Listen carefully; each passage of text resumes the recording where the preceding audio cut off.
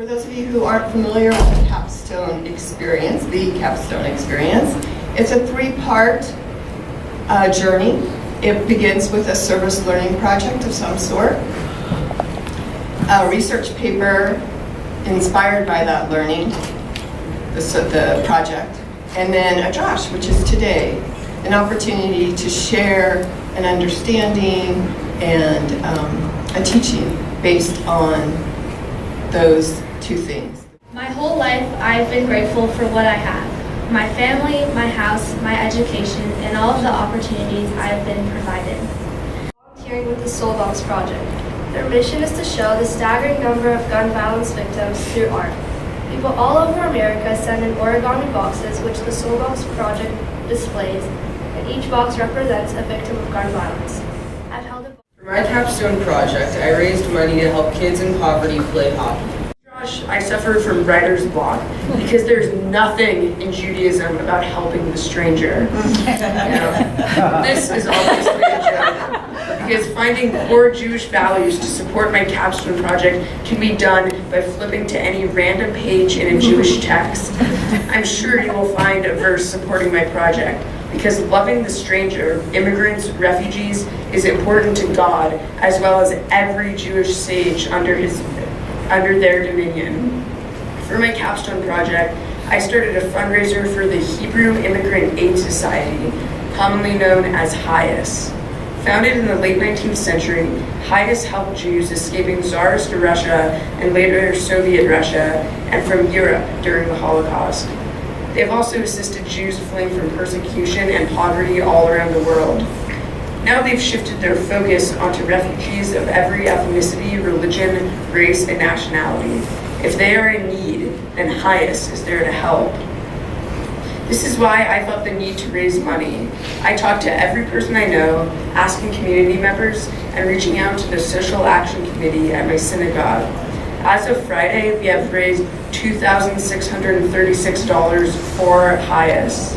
So why is it that this group of Jews feels so compelled to help strangers in a different part of the world? It's because it is in our DNA as Jews to have empathy towards the stranger, because we were strangers in the land of Egypt. The Jews in Egypt experienced discrimination, xenophobia, poverty, and slavery.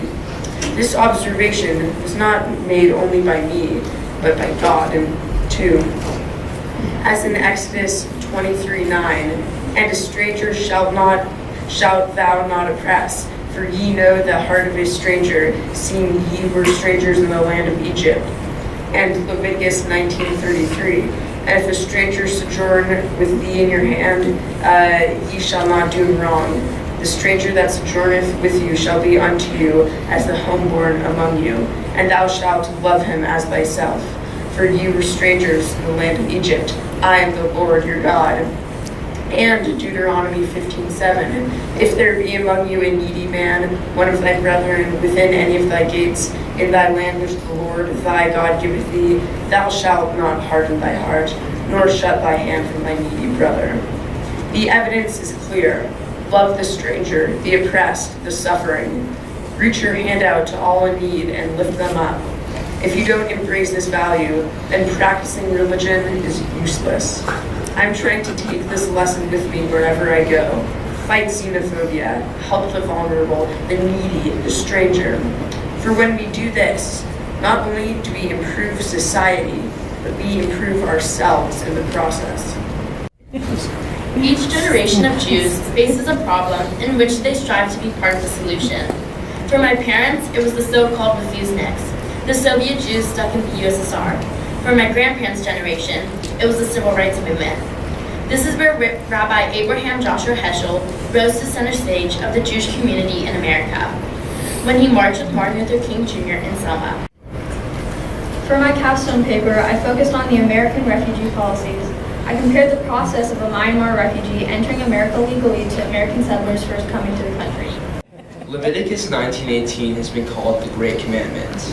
Rabbi Akiva has called it the principle of all Torah. But why is this verse so important? What is it? I decided to focus my capstone project on the issue of ableism and disability.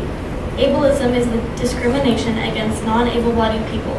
For example, using ableist terms on a daily basis or talking down to someone with a physical disability. Every day, worldwide, 821 children are diagnosed with cancer. I want to call up today's presenters. So come on up, we're going to give you a real old-fashioned round of applause. I know everyone's been sitting on their hands. So let's give our amazing capstone presenters a round of applause.